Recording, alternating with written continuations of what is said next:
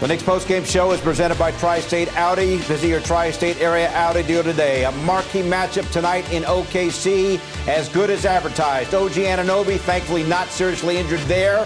That great effort put the Knicks up by 12 in the third, but OKC dominated the fourth quarter. Aaron Wiggins, fourth-year man out of Maryland, 15 of his season-high 19 in the fourth quarter, and OKC snaps the Knicks' 9-game winning streak. OKC's now won 14 in a row. Final count 117-107. Great to have you with us, everyone, from our Delta MSG studios. Bill Pidto, along with Wally Szczerbiak. Riveting game, Wally. Yeah. Playoff-like game, as good as advertised. Playoff basketball often comes down to the fourth quarter, and OKC outscored the Knicks in the fourth quarter tonight by 18 points. Yep. They got better looks at the basket. They got a lot of stops defensively. They got out in transition. That building, it came alive. It was electric in that building. They were the more aggressive team down the stretch. The Knicks were going up against their set defense every time down the floor. They could not generate good looks at the basket. Jalen Brunson did get 10 points. But when they missed, they were not able to set their defense. As a result, Shai Gilgeous-Alexander was driving straight down their throat. He was getting to the basket, and he was finding his teammates, specifically Wiggins, 4 threes, 4 for 4 in that fourth quarter from the three-point line. That was the difference in the game. Gilgeous-Alexander, leading scorer in the league, averages 31.2 points per game, went for 33 tonight. But the X factor, as you mentioned, was Wiggins. Whew. Season high for him, the 4 threes that you talked about. 15 points in that fourth quarter. By the way, the Knicks in the fourth quarter from three only go 1 out of 9. Right. OKC as a team in the fourth quarter from three went 6 of 8. That's the difference in the game. They generated themselves much better looks at the basket. They were wide open threes in transition. Wiggins was the hot guy. They found the hot shooter, and he really shot the ball well from all over the place. But look at how open these threes are. I mean, they're just set up threes with no Nick within 5 to 10 feet. And that's what the offense was doing for Oklahoma City. They were generating really good opportunities at the basket. The Knicks could not handle the attacking, slashing, going to the basket first moves by Oklahoma City, and Wiggins really got going. This team is young. This team is aggressive. This team is talented. This team is athletic, and they are deep. And they showed why they're the best team in the NBA. They defended home court, but the Knicks, they got them at the world's most famous arena. Next Friday, that is going to be an epic rematch between these two teams. OKC's bench was really a factor. Knicks didn't get much at all off of their bench.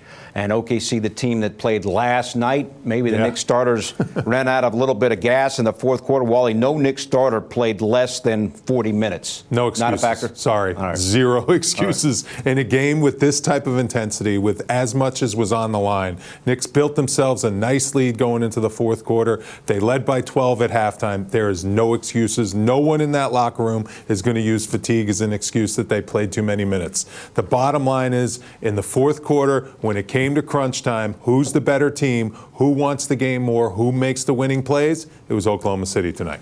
All right, Alan Hahn had the treat of being courtside, calling the game with Mike Breen. He now joins us from Oklahoma City. Alan, what's your takeaway after watching that riveting contest? Yeah, the right word to use is treat. And as I said during the broadcast, give me 7 games of this. These two teams got after it. And I heard you guys talking about it. The 44 bench points really stands out to me the most, is that the Thunder got a lot of production from different people. You know, not just Wiggins, who got hot in that fourth quarter. He just put on a show, 4 for 4 from downtown. But they got a lot of contributions off that bench. The Knicks really missed Deuce McBride in this game tonight. But I felt like they were throwing haymakers at each other. And for the Knicks, they did keep the turnovers low. But as you also mentioned, the three-point shot did escape them in this game. The Knicks had some good looks from three. They were not knocking them down. They could not match what the Thunder were doing offensively. And things turned, guys, I felt, late in the third quarter. Mark Dagnall talks a lot about how they pride themselves on being finishing quarters. They did it last night against the Clippers in the second quarter into the half. Tonight they did it at the end of that third quarter. They got it closer. The Knicks had a 12-point lead. It was suddenly 8, and then they opened that fourth quarter, and they took control of this game. And once this place got loud, boys, I'm telling you, it changed everything. We're not in Charlotte and Washington and Orlando anymore. There was no let's go Knicks chance happening in this building. Alan, what was that building like? I remember being in that building last year calling the game against Oklahoma City, and I was holding on to the desk saying, try to slow them down. What was it like in that fourth quarter with that crowd? Yeah, it was once that momentum picked up, and that dunk by Jalen Williams down the middle, I mean, that really turned everything. They took the lead on it. They had gotten the defensive stop at the other end, and once he went down the lane, and you saw he wasn't going to get challenged, and he threw that monster dunk down, that's when this place got as loud as it had all night. It got pretty quiet in here, fellas, in that second quarter when the Knicks were putting a stamp on this game, and they were running things, and they took a 14-point lead. It did get quiet. But once that, you just felt it, the momentum of that dunk, and then a couple of Wiggins threes, and the Knicks missing shots, and it just got louder and louder and louder. That's why this team, I think they've won 7 now in a row at home as part of this winning streak. That's why this is going to be one of the toughest teams to beat in the NBA. They're so good in this building. All right, Alan, have a nice trip to Chicago. We'll talk to you tomorrow night with the Knicks in Chicago to take on the Bulls. You got it, fellas. All right, Wally, so the bench situation, OKC 44 bench points, the Knicks only 5. However, you had great games from every one of the Knicks starters pretty much. Mikal Bridges led the way with 24. No Knicks starter scored less than Karl Anthony Towns, 17, and he tied his season high with 22 boards. That also ties an NBA single season high for most rebounds, but it's Bridges who led the way in scoring with 24. I thought the Knicks could have gotten Bridges a few more looks in the fourth quarter. He was the guy that had it rolling the whole entire game. Obviously, you're going to live with Jalen Brunson getting those 10 points. He shot 5 for 9, but I thought the Knicks went away from him a little bit in that fourth. He was the guy that was dominating through 3 quarters. He was the leading scorer at halftime, really playing great basketball, high percentage shooting, making his threes, and he couldn't get the ball, and he couldn't get good looks at the basket, I didn't think, in that fourth quarter. Overall, he has been in such a great rhythm shooting the basketball. This Knicks team is playing at a very high level this whole entire month. This game is a game they can learn from. This is a really good team. They put themselves in position to win that game on the road. It was a good performance for 46 minutes. The last 2-3 minutes is where the Knicks really lost the game. They have to learn from this. They have to kind of figure out how, in a hostile environment like in Oklahoma City, this is a playoff type intensity and playoff type team that they're going to have to deal with. There are a lot of positives to take from this one. The fact that they had a chance to steal the victory in the fourth quarter is great, but you got to figure out a way to close the deal. Knicks played great basketball in the second quarter. From the Wally Wall coming up, we're going to break down some key sequences from that second quarter. And also hear from Knicks coach Tom Thibodeau. His Knicks 9-game winning streak is over. They're now 24-11 on the season.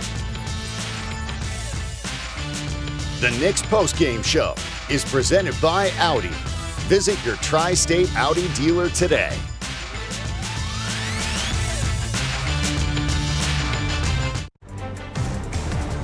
Back on the postgame show, the Knicks' 9-game winning streak is over as they were up by 8 in OKC after 3, but end up losing by 10, 117-107. Back now from the Corner 3, presented by Michelob Ultra Superior Light Beer. Tomorrow night, the second of a back-to-back for the Knicks here in Chicago, and the Bulls will honor former Knick and former Bull Derrick Rose. You're going to see the halftime ceremony tomorrow night as part of our coverage during the half. Let me do it again. Yeah, I think they went 9-3 to start the third. We were up 8. So, and there were 2 or 3 like scramble plays there, where they got to the loose ball, and then it converted into threes. So, like, the last part of the defense has to be the strongest. And so that was probably the biggest thing. And it was a hard-fought game. And then in the end, it's those, getting to loose balls and making effort plays. And, you got to scramble. And Wiggins came in, and he hurt us with some threes. We have to have more awareness to be there. What did you think of the defense the first 3 quarters? No, there were a lot of good things. We just didn't finish it out. Like, to beat a team like that, you got to play for 48 minutes, right? So that was probably the biggest thing. And we got to take a look at the things that we can do better. It doesn't change. We got a game tomorrow. We got to be ready for that one. So obviously there are some good things that we did, and then some things that we can do better, and that's what we have to focus on. Obviously a low turnover team. team. It seemed like some timely ones tonight. Yeah, they were late, and that was, I think they had 23 fast break points, and they're good at forcing turnovers. So I think we had 12, but it was what it converted into. I think they 18 points, but also they had timely second shots that were scramble plays that just, like it's a loose ball, and sometimes it doesn't. You got to make it go your way. You got to find a way to go get that. When you just mentioned Aaron Wiggins scoring 19 off the bench, when your bench only has 5 points and your starters are all playing for you, is it tougher to win like that? Well, you got to read the game. So what's going on? And obviously, we had an 8-point lead going into the fourth. And the intensity of the fourth quarter is different. So, we got to be ready for that. And we fell short tonight, but our bench is capable, more than capable, and our starters are more than capable. So we win together, we lose together, and then we just gotta refocus and fix what we need to fix and be ready to go tomorrow night. Against a really good defense, it looked for the first 3 quarters like Jalen was kind of making the right decisions, finding guys inside early, then perimeter, just kind of like what he was doing to orchestrate things through them. Yeah, and the thing is, they're an excellent defensive team, and so you got to make the right reads. And I like the shots that we got, and there's a couple things we could do better, and that's what we have to focus on. What do you think of them putting Jalen Williams on Cat? Yeah, I mean, we've seen a lot of that. The thing about Jalen Williams, 7'2" wingspan. But we've seen centers on Josh a lot, and we kind of like that. So there's things that we can take advantage of. And, like I said, it's, what we have to do is figure out how we can play better for all 48 minutes. And, it's we had a good run here, but there's a long way to go, and there's a lot of things that we can be better at. Yep. Tom Thibodeau's post-game comments presented by Chase. 48-minute game, the Knicks' best chunk of the game, second quarter. They dominate. It's amazing you watch these games, and they get dominated in the fourth, but they wiped OKC off the court in the second quarter. They outscored them by 15 points in the second quarter. We have a couple of great plays. Why don't you lead us off with this great passing sequence? Yeah, the game of basketball, especially with the three-point shot, it's a momentum game and a game of runs. And the Knicks did a great job moving that ball, and it was because they were getting stops. That was the key. Here's Josh Hart with the ball up top, passes it over to Jalen Brunson. Keep an eye right here on Karl Anthony Towns being guarded by Jalen Williams. This is a mismatch. I thought Hartenstein would be guarding Karl Anthony Towns most of the game, but Oklahoma City decided to guard Towns with a small defender. Towns does a good job riding Jalen Williams up the lane, giving the passing angle to Anunoby to get this into him. He only took 13 shots. I think Karl Anthony Towns needed to get the ball more with Jalen Williams guarding him, take him down into the block, draw some double teams, find some guys, and take advantage of his size, because that was an interesting strategy by Coach Daignault, not putting Hartenstein on Karl Anthony Towns. He was daring Towns to go down into the paint and make him pay and make him switch Hartenstein onto Karl Anthony Towns. Good time to mention, we haven't yet, Hartenstein against his former team, 4 points and 14 rebounds. Yep. Back to the second quarter, which the Knicks won 36-21, and it gave them a 12-point lead at the half. Another great sequence here. Yeah, the Knicks sprinted out to that lead to close the second quarter. It was outstanding basketball. The ball was humming around, great ball movement. They were getting stops, building on the lead, and Oklahoma City was kind of getting stagnant in their offense. Here's Jalen Brunson. Get your feet in the paint. Make something happen. Great job. Kicks it out to Anunoby here. Anunoby moving the defense constantly. Doing a good job of the defense, moving all around, scramble mode. But this is just great team basketball right here. I mean, this is what the Knicks do. Anunoby, drive the closeout. Get your feet in the paint. Frees it there. Gets it to Josh Hart. Now, Josh Hart could have a shot at the basket, but he decides to find his teammate. And look at Mikal Bridges. When you know your teammates are going to pass the ball, you do not stop moving. You always give them an outlet, and he continues to cut, even though maybe Josh could go up with that. an extra pass for a better look and a wide open layup. That is great team basketball. The Knicks get 30-plus assists almost every night. They didn't quite get to that number tonight. But when you know your teammates are going to share the ball, you're going to cut harder, you're going to give them outlets to get easy baskets like that one. Big night for Derrick Rose tomorrow night in Chicago. They're going to honor him. You'll see it at the half. Knicks and the Bulls pregame at 7:30, game at 8. Knicks go down to the Thunder by 10. Josh Hart, another big game. He had 19. Here he is postgame. Their crowd showed up, and they at the end of the game, it felt like a little playoff game. So it's always great playing here because the crowd is great. In terms of the refs, that's for y'all to look at that. That's for y'all to look at. I don't understand how I got a technical foul for saying wake up, though. Yeah, so don't get me started on that one. Going against the best defense in the league, you guys for 3 quarters seem to get what you want. Kind of what did you see down the stretch that turned it there? We just didn't execute. We didn't execute how we should have. When they started blitzing, we got to get out in space the court, and then play and pick them apart that way. So like I said, we just didn't execute down the stretch of that fourth, and then they had some big plays that didn't go our way. I think Isaiah Joe hit a big three on Isaiah's offensive rebound when his foot was out of bounds in front of the ref. A couple of big plays like that didn't go our way. What would you think of them putting Isaiah on you defensively? I don't know, nothing. Cats on the perimeter a lot. We've seen it a lot, with him getting smalls on him.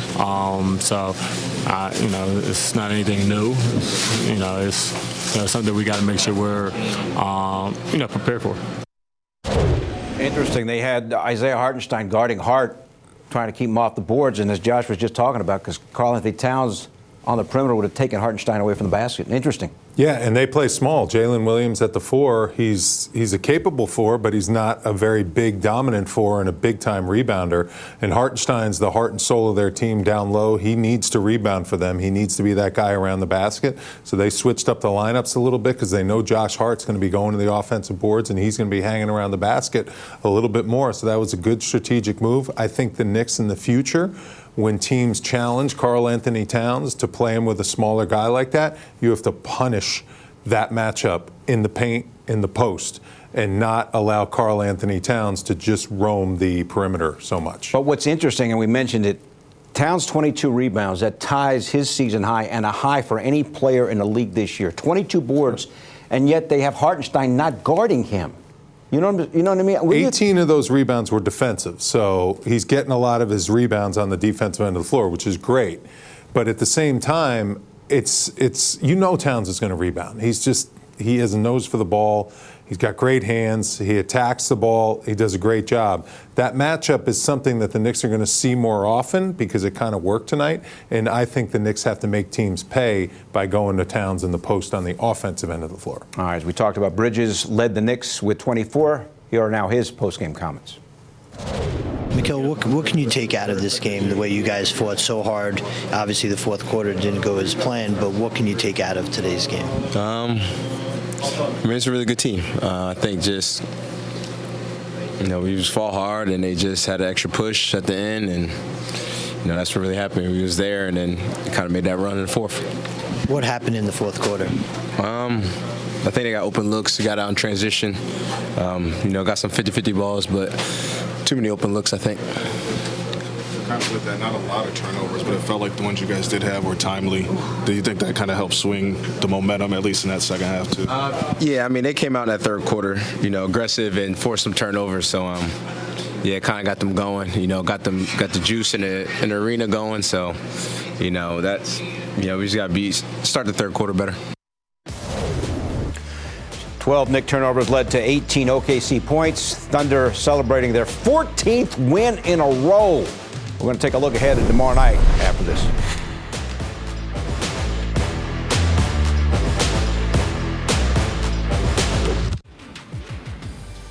So a challenging back-to-back for the Knicks. Tomorrow night they're at Chicago, and after Saturday's game, 11 of their next 13 are at home, and the only 2 road games are at the Nets and at the 76ers.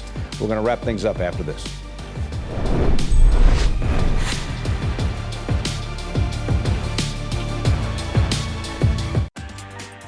All right, wrapping things up. Tomorrow night, the Knicks in Chicago. Bulls going to honor Derrick Rose at the half. You're going to see it tomorrow night as part of our coverage. Remember, the Bulls won here in November by 1. Yeah, the Josh Hart foul on Kobe White, and then Brunson's game winner just rolled out at the buzzer. Emotional night, emotional game for the Knicks tonight. Got to get it going, though, tomorrow.